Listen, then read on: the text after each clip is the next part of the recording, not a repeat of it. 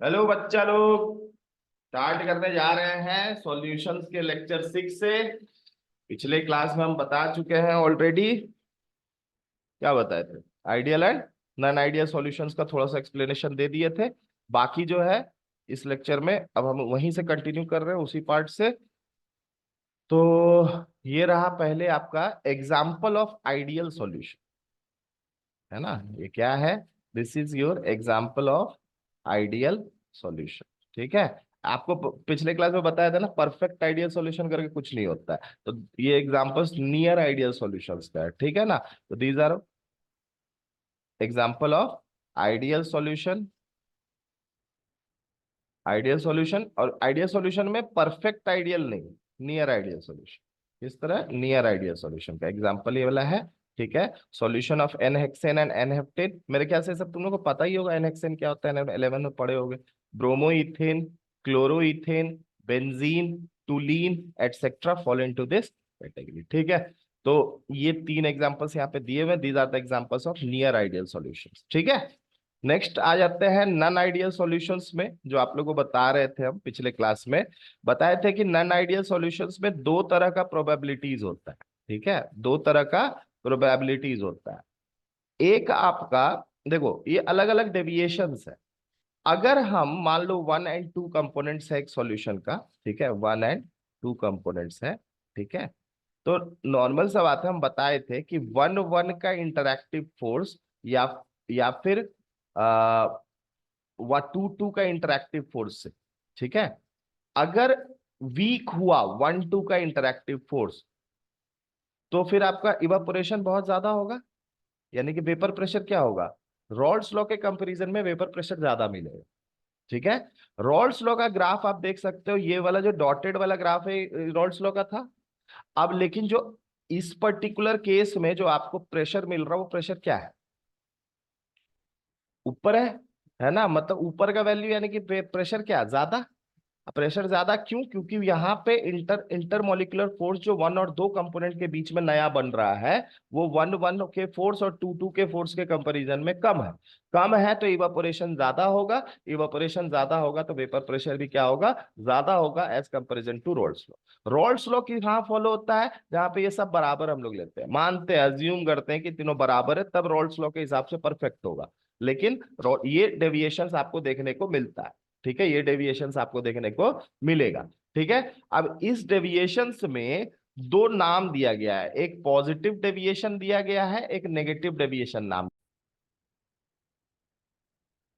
ठीक है।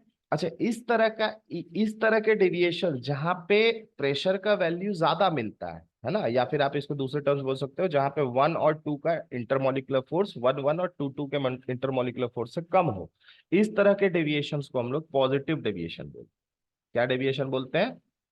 Positive deviation. ठीक है। पॉजिटिव डेविएशन कहने का क्या मतलब हुआ? पॉजिटिव डेविएशन कहने का मतलब हुआ कि प्रेशर का वैल्यू जो है आपका क्या आ रहा है? ज्यादा आ रहा है, as comparison to Raoult's, as comparison to Raoult's law. ठीक है। इसमें सबका प्रेशर, ऐसा नहीं कि सिर्फ total pressure of the solution ही ले रहा है, पार्शियल प्रेशर भी आप देख सकते हो। पार्शियल प्रेशर भी जो दोनों कंपोनेंट का, उसका वैल्यू भी क्या आ रहा है? थोड़ा ज्यादा आ रहा है ना। क्लियर है? कोई डाउट है इसमें? तो this is the case for positive deviation, this is the case for positive deviation.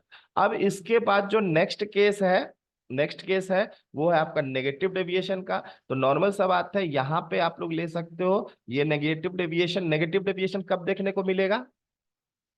हाँ, जब 1 2 का इंटरमोलिकुलर फोर्स क्या हो? ज्यादा हो, कंपेरिजन टू 1 1 या फिर 2 2। ठीक है। तो ऐसा में क्या होगा? नॉर्मल सा बात है, सरफेस से इवापोरेशन कम होगा, है ना, क्योंकि इंटरमोलिकुलर फोर्स स्ट्रांग है। उतना स्ट्रांग इंटरमोलिकुलर फोर्स को जब तक ब्रेक नहीं करेगा, तब तक इवापोरेशन होगा नहीं, है ना। इवापोरेशन मतलब कम होगा अमाउंट में, और कम होगा तो वेपर प्रेशर भी क्या मिलेगा? कम मिलेगा। इस तरह के डेविएशंस को नेगेटिव डेविएशन बोलते हैं। क्या डेविएशन बोलते हैं? Negative deviation. कोई दिक्कत समझ में आ रहा है? तो एक पॉजिटिव डेविएशन हो गया आपका, एक आपका नेगेटिव डेविएशन हो गया। आगे बढ़े। ठीक है। दोनों के एग्जाम्पल्स देख लो, दोनों के एग्जाम्पल्स देख लो। तो सबसे पहला एग्जाम्पल्स में आप देखो, सबसे पहले पॉजिटिव डेविएशन। किसका देखना एग्जाम्पल? पॉजिटिव डेविएशन का। पॉजिटिव डेविएशन का एग्जांपल आप लिख सकते हो इथानॉल एंड एसीटोन। ठीक है, पॉजिटिव डेविएशन का एग्जांपल क्या हो जाएगा? हाँ, इथानॉल एंड एसीटोन। ठीक है, बहुत सिंपल है, इसको समझा देते हैं। Ethanol and acetone. ठीक है, एसीटोन, है ना। इथानॉल आपका यहाँ पे सॉल्वेंट की तरह काम करेगा। इथानॉल को अगर ध्यान से देखो तो ये होता है CH3COOH, सॉरी, CCOH। क्या होता है? ये होता है। ठीक है, यहाँ पे 3 हाइड्रोजन, है ना, CH3, C2H5OH, यही ना होता है, C2H5OH, है ना। तो आप देखो क्या है ना कि ये जो है मॉलिक्यूल, अगर इसी के बगल में एक और मॉलिक्यूल हम ला देते हैं, सपोज कर लो CH3C और यहाँ पे OH, है ना, OH, है ना, यहाँ पे आपका H, ये इथानॉल का एक मॉलिक्यूल हुआ, ये इथानॉल का दूसरा मॉलिक्यूल हुआ। यहाँ क्या होगा, ये जो हाइड्रोजन है और इस ऑक्सीजन में हाइड्रोजन बॉन्ड फॉर्मेशन होता है, ये इंटरमॉलिक्यूलर फोर्स है। आपको पता है ऑलरेडी, ये चीज बताया हुआ है कि सबसे strong intermolecular force hydrogen bond है। तो हाइड्रोजन बॉन्ड यहाँ पे किसके किसके मॉलिक्यूल्स के बीच में है? ठीक है, किसके किसके मॉलिक्यूल्स के बीच में, क्वेश्चन बढ़िया सुना कर। हाँ, किसके मॉलिक्यूल्स के बीच में? हाँ, इथानॉल के मॉलिक्यूल्स के बीच में है। अब अगर आप एसीटोन को इथानॉल में डालते हो, एसीटोन में पहला बात तो हाइड्रोजन बॉन्ड है नहीं। ठीक है, और जब ये जाएगा इथानॉल के साथ तो भी हाइड्रोजन बॉन्ड ये नहीं बनाएगा, तो भी ये हाइड्रोजन बॉन्ड नहीं बनाएगा। तो कंपेरिजिंगली अगर देखा जाए तो बाद में जो सॉल्यूशन बन रहा है, मतलब इथानॉल और एसीटोन का जो मिक्सचर बन के तैयार होगा, उसके इंटरमोलिकुलर फोर्स इससे कमजोर होगा।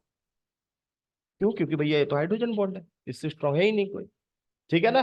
तो यहाँ पे आपका क्या हो गया, इसी वजह से यहाँ पे प्रेशर आपको क्या मिलेगा? ज्यादा मिलेगा, क्योंकि जो 1 और 2 का इंटरएक्टिव फोर्स है 1 1 और 2 2 के कंपैरिजन में कम है। कम है तो इवापोरेशन ज्यादा होगा। ठीक है, इवापोरेशन ज्यादा होगा तो आपको क्या मिलेगा? वेपर प्रेशर ज्यादा मिलेगा। तो ये एग्जांपल हुआ आपका पॉजिटिव डेविएशन का। एग्जांपल किसका हुआ? पॉजिटिव डेविएशन का। इसके बाद एक एग्जांपल नेगेटिव डेविएशन का। ठीक है, नेगेटिव डेविएशन का एक एग्जांपल ले लेते हैं। तो नेगेटिव डेविएशन किसको बोलते हैं? तो नेगेटिव डेविएशन बोलते हैं जब प्रेशर ज्यादा होता है ना। प्रेशर क्या होता है? 1 और 2 का इंटरएक्टिव फोर्स, इंटरमोलिकुलर फोर्स आपका ज्यादा होगा कंपेरिजन टू 1 1 एंड और 2 2, है ना, दोनों से कंपेयर करेंगे तो ज्यादा मिलेगा। इसका एग्जाम्पल में आप लोग लिख लो। ठीक है, तो यहाँ पे देख सकते हो इसका एग्जाम्पल, आपका नेगेटिव डेविएशन का एग्जाम्पल आपका ये हो गया, ये मॉलिक्यूल हो गया एसीटोन का। ठीक है, एसीटोन। और ये वाला हो गया आपका मॉलिक्यूल क्लोरोफॉर्म का। ठीक है, अब यहाँ पे ऑलरेडी दिखा दिया है कि इन दोनों मॉलिक्यूल्स के बीच में हाइड्रोजन बॉन्ड का फॉर्मेशन होता है। ठीक है, तो नॉर्मल सा बात है, हाइड्रोजन बॉन्ड 1 2 का फोर्स यानी कि ज्यादा होगा किससे? 1 1 और 2 2 से। ठीक है, ये रहा हाइड्रोजन, ये रहा आपका हाइड्रोजन। ठीक है, और अगर आपका इंटरमोलिकुलर फोर्स 1 2 का ज्यादा है तो इसका मतलब है कि वहां पे नेगेटिव डेविएशन देखने को मिलेगा। ठीक है, नेगेटिव डेविएशन देखने को मिलेगा। कोई दिक्कत यहाँ तक क्लियर है? और भी एग्जांपल्स होंगे पॉजिटिव नेगेटिव डेविएशंस के, बुक्स में दिए हुए, आप वो सब देख सकते हो। ठीक है ना, वो सब एग्जांपल सब, ये एग्जांपल आपके एनसीईआरटी के हैं तो इम्पोर्टेंट है। ठीक है, क्वेश्चन डायरेक्ट आ सकता है इससे। ग्राफ समझ में आ गया? ग्राफ में कोई दिक्कत नहीं ना? आइडियल नॉन आइडियल सॉल्यूशंस मेन समझ में आ गया। Delta B mix delta H mix zero होता है किसका? आइडियल सॉल्यूशन का या non ideal solution?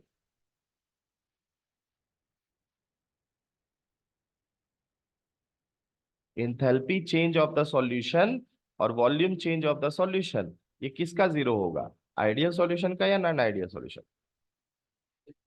Ideal solution का होगा। ठीक है, कोई दिक्कत? मेरे ख्याल से अब तुम लोग क्लियर है, ये पार्ट क्लियर हो गया। ठीक ना, रोल्स लॉ में भी अब कोई दिक्कत नहीं। क्वेश्चंस बनाए हैं? अभी नहीं बनाया?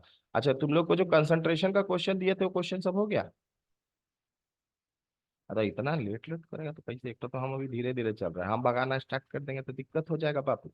थोड़ा सा तेजी बढ़ाइए। 10 गो क्वेश्चन दिए थे, 4 दिन हो चुका है, कैसे होगा। ठीक है, चलिए आगे बढ़ते हैं, है ना। नेक्स्ट है अजियोट्रोपिक सॉल्यूशन। क्या नाम है?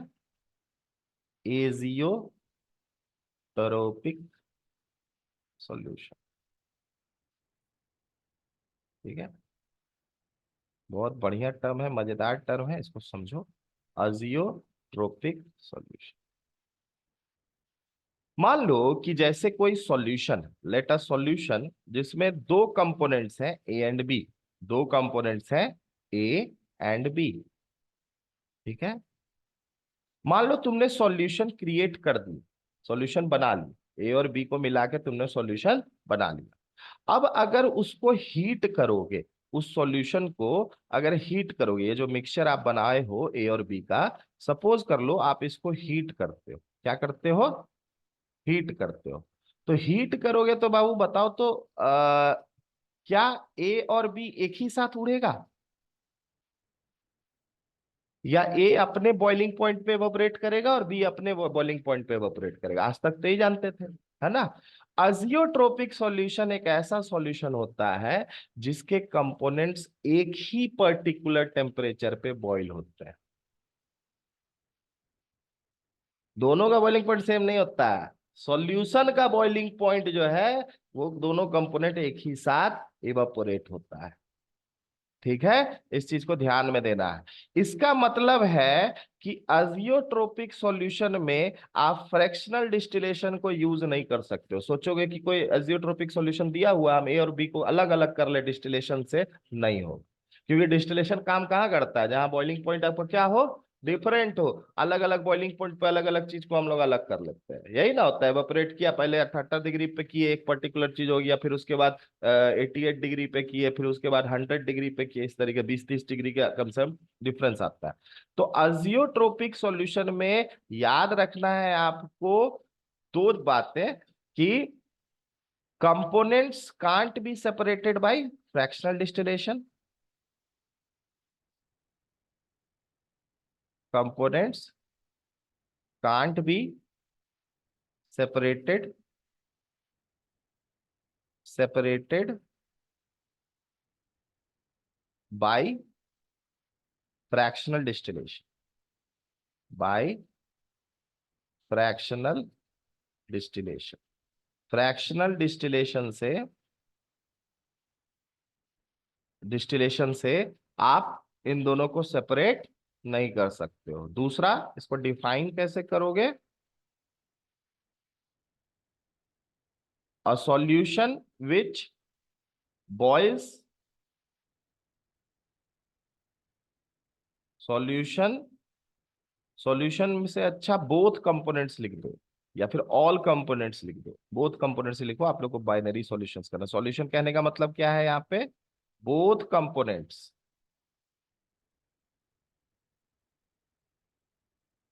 Both components boil at same temperature. ठीक है, सेम टेम्परेचर। ये क्या हो गया आपका? एक ऐसा सॉल्यूशन होता है जहां पे दोनों कंपोनेंट का बॉइलिंग पॉइंट, दोनों कंपोनेंट एक ही पर्टिकुलर टेम्परेचर पे क्या करता है? हाँ, टेम्परेचर पे क्या करता है? बॉईल करता है। ठीक है, ऐसा नहीं है कि ए अलग पे करेगा और बी अलग पे करेगा।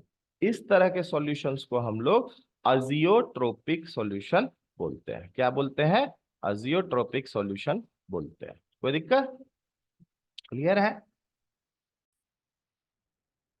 नेक्स्ट है अजियोट्रोपिक सॉल्यूशन। ये आपके दो टाइप्स के होते हैं, it is of two types. ठीक है, it is of two types, two types. एक होता है आपका, एक होता है minimum boiling point azeotrope,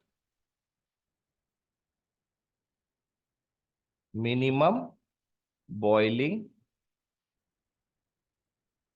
point azeotrope. अजियोट्रोप।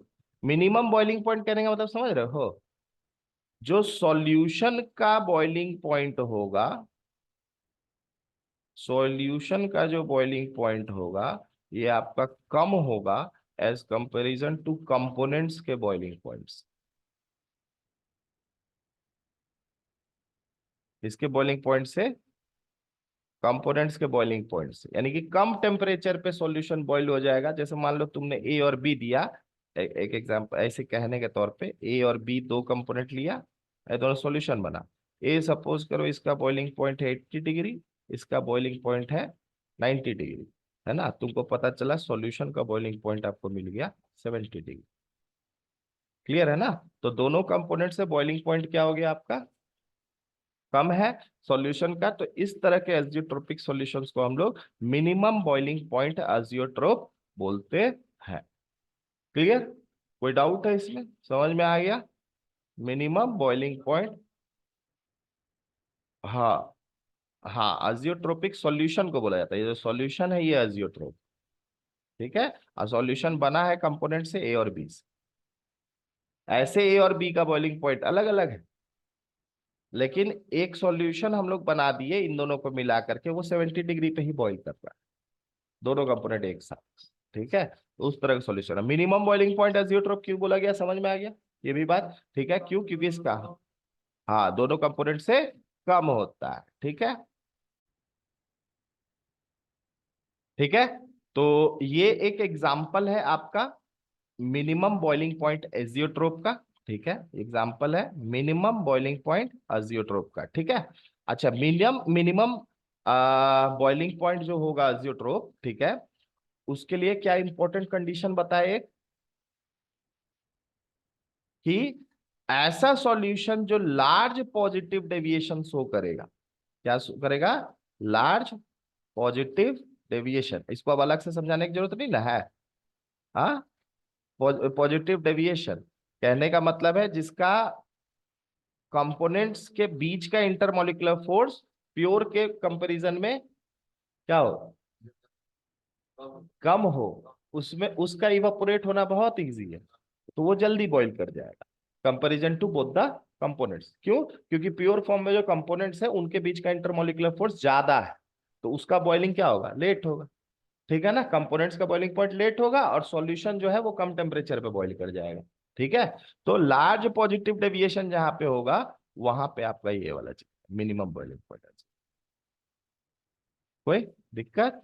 अच्छा, एक बहुत इंपॉर्टेंट बात याद रखना कि अजियोट्रोपिक सॉल्यूशन जो है ये एक, क्या बोलते हैं, फिक्स, मतलब कुछ कंसंट्रेशन पे तैयार होता है। ऐसा नहीं है कि आप जितना भी मिला दें और एजियोट्रोपिक सॉल्यूशन बन जाएगा, ऐसा नहीं होता है। जैसे आप यहाँ देख सकते हो, ethanol water mixture obtained by fermentation of sugars on fractional distillation gives a solution containing approximately 95% by volume of ethanol. मतलब 95% इसमें क्या हो गया, इथानॉल, और 5% क्या हो गया, वाटर। ये है एजियोट्रोपिक सॉल्यूशन।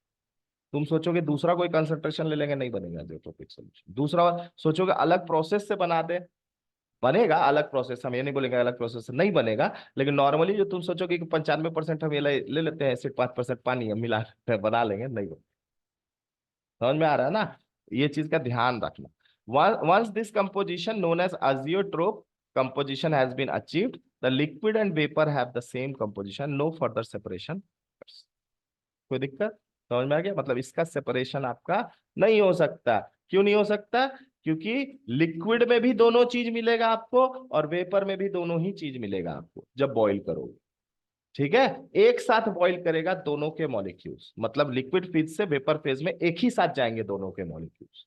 ऐसा नहीं है कि अलग अलग बॉइलिंग पॉइंट पे जा रहे हैं, ठीक है। कम बॉइल, पूरा पूरा पूरा सॉल्यूशन ही आपका क्या हो जा रहा होगा, बॉइल कर जा रहा होगा। क्लियर, मेरे ख्याल से अब इस ये वाला चीज अब क्लियर हो गया। इसके बाद नेक्स्ट है, नेक्स्ट क्या था, दूसरा, दो टाइप्स के होते थे।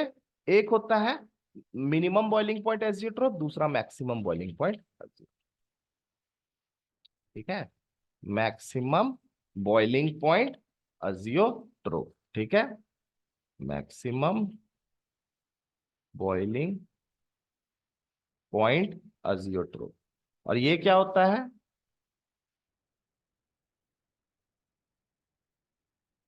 हाँ, समझ में आ गया होगा, अजियोट्रोप, जहां पे सॉल्यूशन का बॉइलिंग पॉइंट, सॉल्यूशन का बॉइलिंग पॉइंट आपका ज्यादा होगा कंपोनेंट्स के बॉइलिंग पॉइंट से। सेपरेट में कंपोनेंट्स के अगर बॉइलिंग पॉइंट को चेक करोगे तो वो ज्यादा होगा। ठीक है, इसीलिए इसको मैक्सिमम बॉइलिंग पॉइंट बोला गया, है ना। कहने का मतलब कंपोनेंट्स के रिस्पेक्ट में ज्यादा बॉइलिंग पॉइंट। और यहाँ पे भी आपको अब समझ में खुद ब खुद ही आ गया होगा कि लार्ज नेगेटिव डेविएशन जहां शो होता है वहां पे आपका क्या होगा?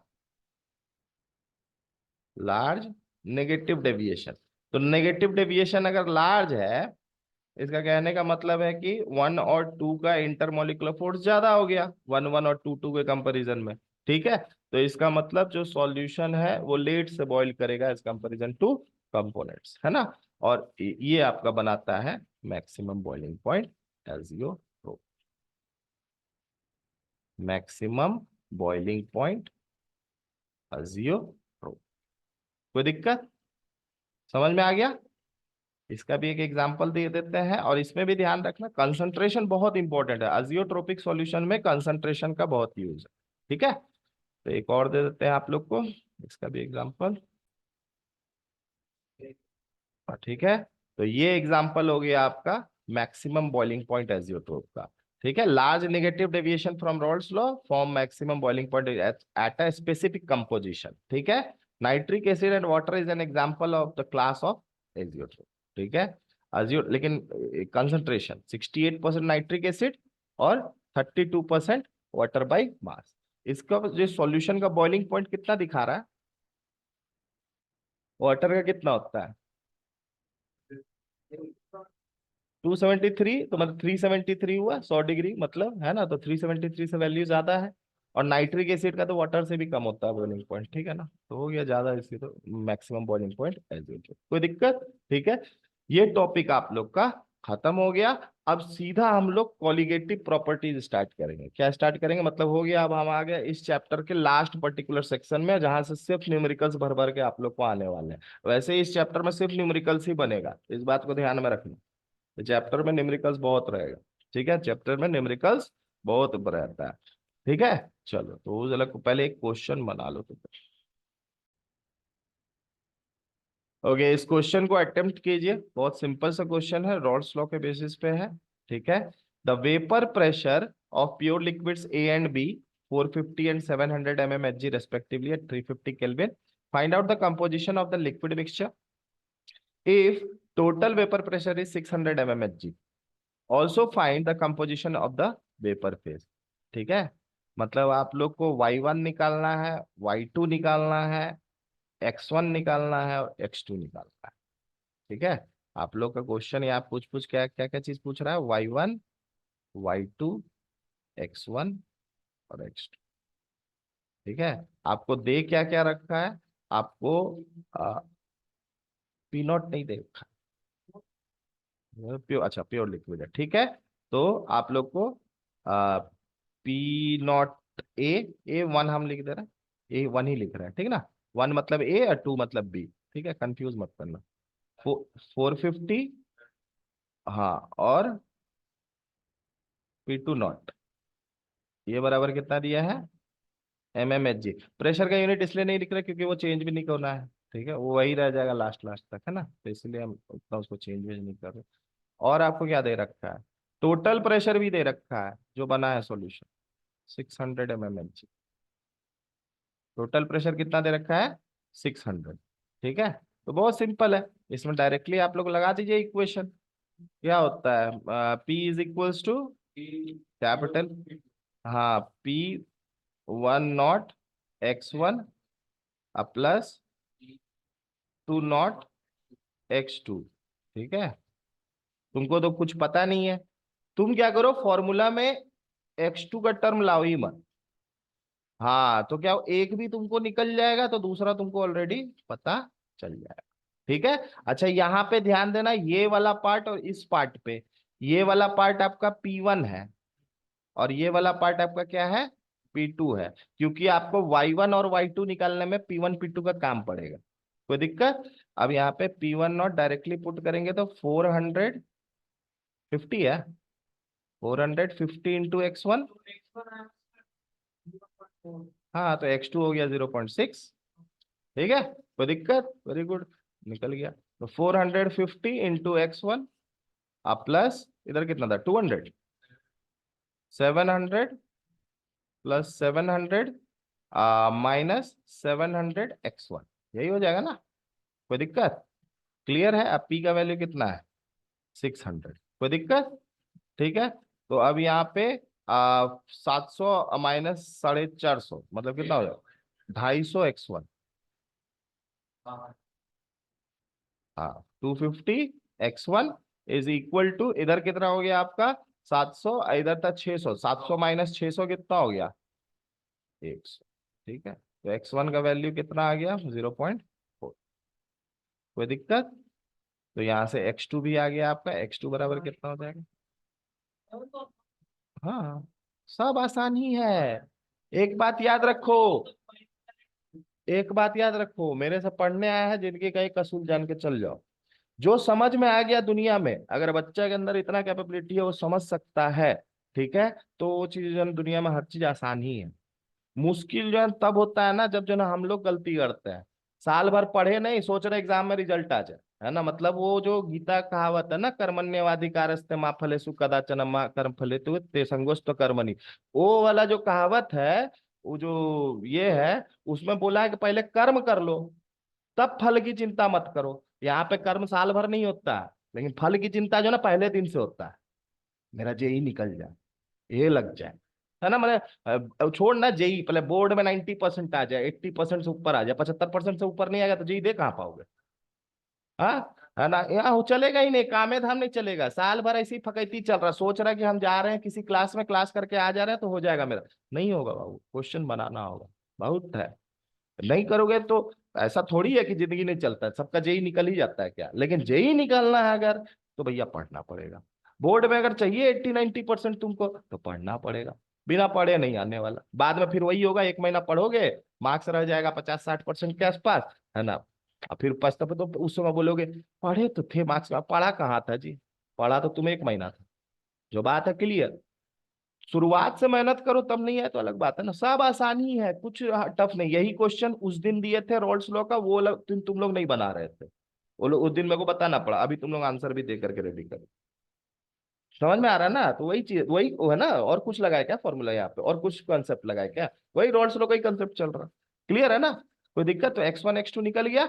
अब इसके बाद बहुत सिंपल है, क्या बोलता है P1, अब आपको y1 और y2 निकालना है, नेक्स्ट क्या है y1 और y2, तो बहुत सिंपल, हाँ y1 बराबर क्या होता है P1 बाई कैपिटल P, ठीक है। P1 का वैल्यू आप बोलोगे सर कहाँ पे दिया हुआ, तो P1 का वैल्यू आप, हाँ 450 इंटू x1, x1 का वैल्यू कितना आया 0.4, ठीक है, तो P1 का वैल्यू हो गया 450 इंटू 0.4, और टोटल प्रेशर कितना हो गया 600, 600 बस, कितना आ गया वैल्यू y1 का, जल्दी बता।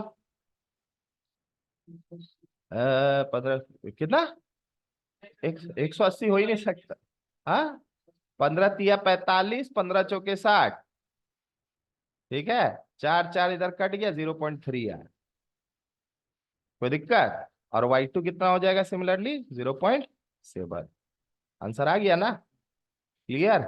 कितना देर लगा बनाने में? नहीं लगा है ना, ये क्वेश्चन को देख करके लोग इसी तरह क्वेश्चन को डर जाते हैं, हो जाता है क्या, कंसेप्ट कंसेप्ट क्लियर हो जाएगा, बनेगा क्वेश्चन, इस बात को याद रखो। कंसेप्ट अगर क्लियर नहीं, मान लो किसी क्वेश्चन में अगर कहीं तो फंस रहे हो, इसका मतलब है कि तुमको कंसेप्ट में कहीं पे दिक्कत है, तब जहां पे टीचर काम आता है। बाकी क्लास में हम लोग अगर लेक्चर लेते हैं तो लेक्चर में तो हम सारा कंसेप्ट बता ही देते हैं, तो फिर बचा क्या? ठीक है, क्वेश्चंस लगाना आप ही काम है, हम एक दो क्वेश्चंस करवा सकते हैं, लेकिन घर जाके क्वेश्चंस बनाओगे और क्वेश्चंस में अगर फंसोगे तो इसका मतलब समझना कि तुम्हारा, क्या बोलते हो उसको, प्रमोशन होने वाला है। क्वेश्चंस में अगर फंसोगे तो समझ लेना कि तुम्हारा प्रमोशन होने वाला है, काहे कि क्वेश्चंस पे जो मेहनत करेगा, जो बनाएगा घर जाके, वही फंसेगा। जो देखबे नहीं, तुमको लगता है एलएन का मॉड्यूल ले लो, आकाश का मॉड्यूल ले लो, 400 क्वेश्चन है एक एक मॉड्यूल में, एक एक चैप्टर में, 400 क्वेश्चन पहले बनाओगे तब ना तुम बोलोगे कि हाँ मेरा कंसेप्ट क्लियर हो गया। बनाता ही नहीं। वो छोड़, 400 तो जेई के लिए बोल दिया ना, जे एडवांस के लिए। बोर्ड का जो प्रैक्टिस करवाता है टीचर लोग, वो लोग 70-80 क्वेश्चन देता है कम से कम एक चैप्टर से। एनसीईआरटी में है ना 70-80 क्वेश्चन। टीचर बोलते रह जाता है बेटा बना क्या, जो बना क्या, जो काहे के लिए बनाएगा। 50 में से 50 बच्चा अगर एक क्लास में है, 5 से 6 बच्चा खाली बनाता है, बाकी सब ठके। ठीक है, उसी में टेंशन आ जाएगा, ये आ जाएगा, है ना। काहे का टेंशन है, कुछ होता है सब चीज, है क्या, नहीं ना है। चलो ठीक है, आज रहने दे, है ना, बहुत पढ़ा दिया। ओके ठीक है, आज रहने देते हैं यहाँ पे। Bye bye, love you everyone.